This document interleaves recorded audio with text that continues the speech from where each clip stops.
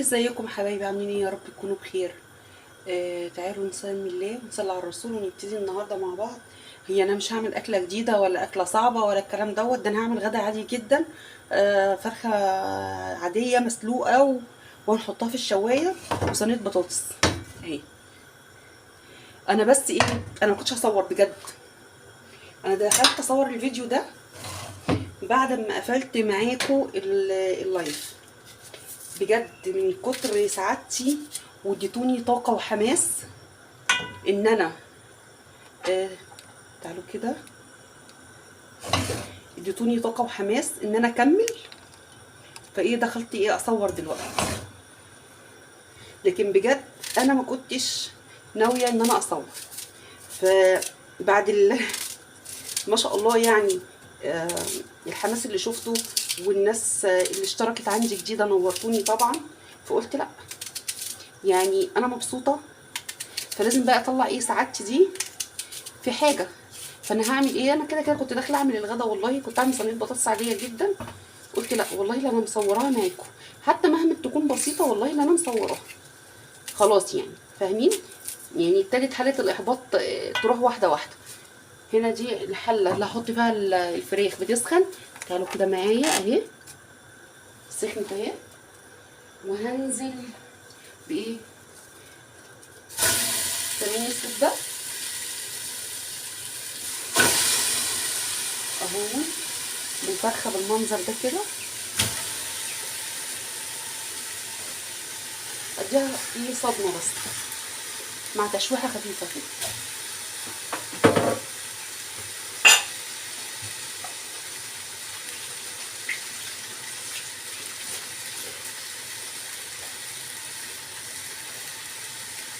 حطيتها بالمنظر ده كده، اخرط لها هي البصلايه الاول وبعدين اكمل البطاطس.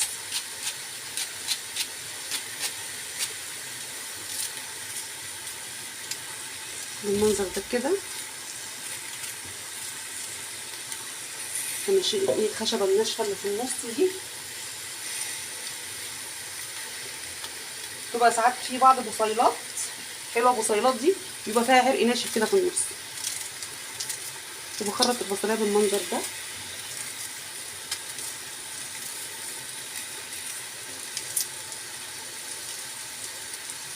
عشان تتشوح.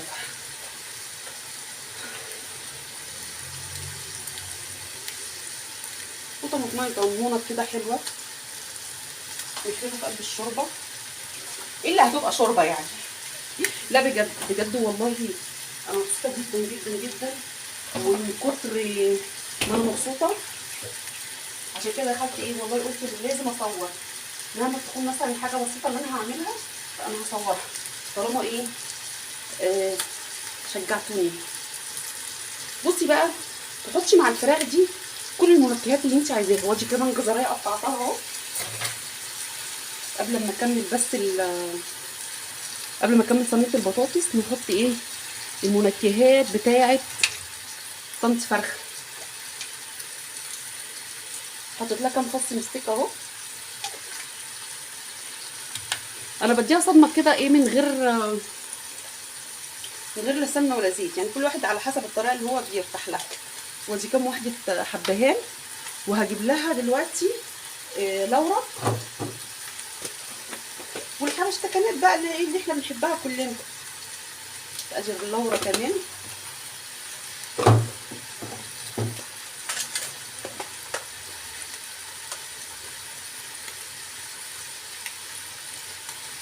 بصوا انا احب احط انواع بهارات كتير، لكن ما احبش احط بكميه كبيره.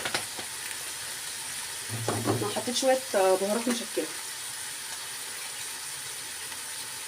شويه فلفل اسود. يعني احب التنوع في البهارات، لكن ما بحبش احط نوع يعني كميات كبيره قصدي. شويه كمون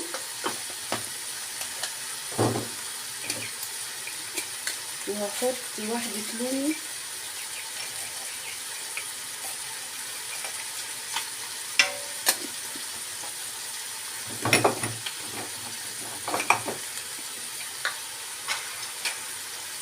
وحته قرفه.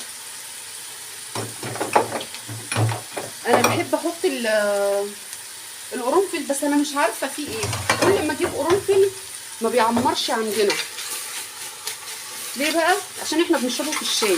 بصي اهو بتديها تحريكه بس كده، ولما بتبقى لازقه بالراحه وهتخلع معاكي اهي.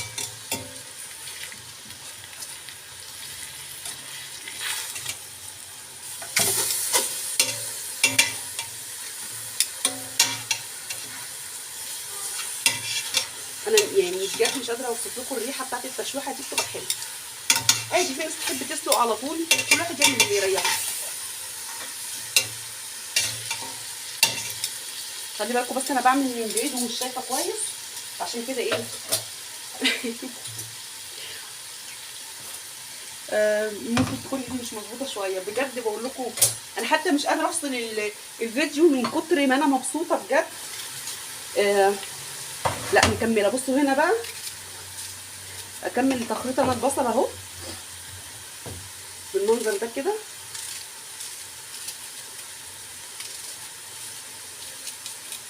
انا عايزه اقول لكم ان انا عيالي بيحبوا البصل اللي في البطاطس اكتر من البطاطس ذات نفسها والله، ومش هم لوحدهم وانا كمان زيهم.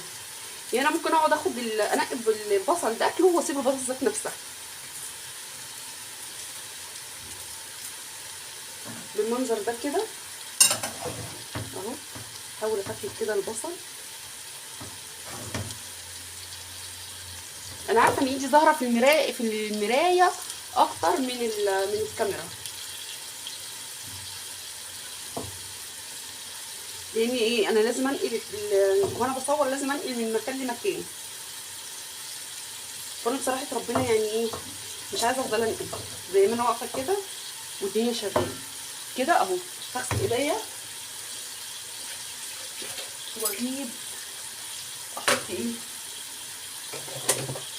احط الثوم.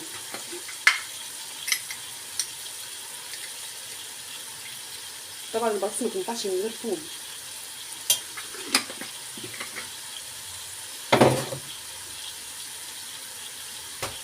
انا هصفي القوطه هنا واحط الميه هنا وارجع لكم. بصوا هنا بعد ما حطيت الميه وهنا ايه صفيت الطماطم بالمنظر ده ماشي، وحطيت وحطيت الثوم طبعا معاكم. هحط هنا الملح وهحط هنا ايه برده ملح، وهغطي على دي. اول ما تغلي هدي عليها واسيبها تستوي على نار هاديه، يعني ما فيهاش افتكاسات. يعني انا ساعات بعملها بالطريقه دي وساعات بعملها بالطريقه العاديه اللي هي ايه اغلي الميه وبعدين انزل الفرخه الاول.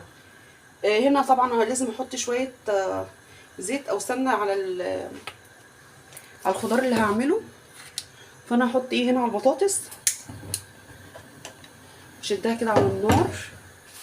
وتعالوا احط معاكم عليها ايه بقى، نحط عليها هتاخد فلفل وكمون بس.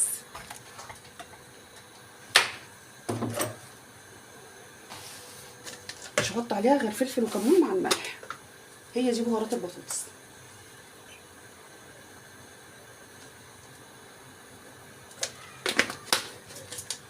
طبعا البطاطس ما بتحبش حبشتكنات كتير بصراحه يعني.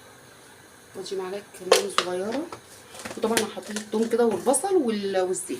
بعملها ني في ني، ما بحبش انا اشوح البصل الاول وبعدين احط الحاجه، لا بحب البطاطس بالذات بحسها اطعم واخف والطف. المنظر ده كده هقلبها، وبرده اما تغلي هسيبها يعني هوطي عليها واسيبها ايه تستوي. بجد انا فتحت اصور بجد من بعد ما فرحتوني في اللايف، هو ده السبب اللي خلاني فتحت دلوقتي ووقفت ان انا اصور تاني. ربنا يخليكم ليا يا رب وما تحرمش منكم ومن دعمكم ليا. وكده هسيب دي تستوي، هسيب دي تستوي. تعالوا هقول لكم هعمل ايه في الفرخه قبل ما احطها في الفرن، وديت هسيبها بقى تستوي. يلا بينا نستنى بعد السوا. هنا كمان انا بعمل شويه رز بشعريه اهو، مش محتاجين حاجه ان انا اصورها. وادي البطاطس هي استوت، انا هطفي عليها ولسه يعني الفراخ ايه فاضل لها سيكه وتخرج واخلصها. اخلص دي الاول وارجع لكم. بصوا كده بعد ما الايه الفرخه اتسلقت اهيت، انا كنت ناويه احطها في الفرن وحبشتكنات والكلام ده، بس الولاد جم قبل ما احطها وقالوا لي ايه لا احنا عايزينها محمره عادي مش عايزينها في الفرن. فانا دلوقتي حطيت الطاسه تسخن ماشي عشان احمرها. احط الزيت، دي خلصت اجيب واحده غيرها، بس ايه لازم نفضيها حتى السماله، مش هما لا مش حتى السماله التانية كانوا بيقولوها كفار قريش. جبت ازازه تانية اهو زودت، يقدح بقى الزيت ونبتدي نحمر فيها كده. هو الزيت بعد ما سخن او قدح بمعنى اصح، وخلي بالك بقى ايه عشان ايه الطرطشه اللي بتحصل، واحده واحده بقى كده.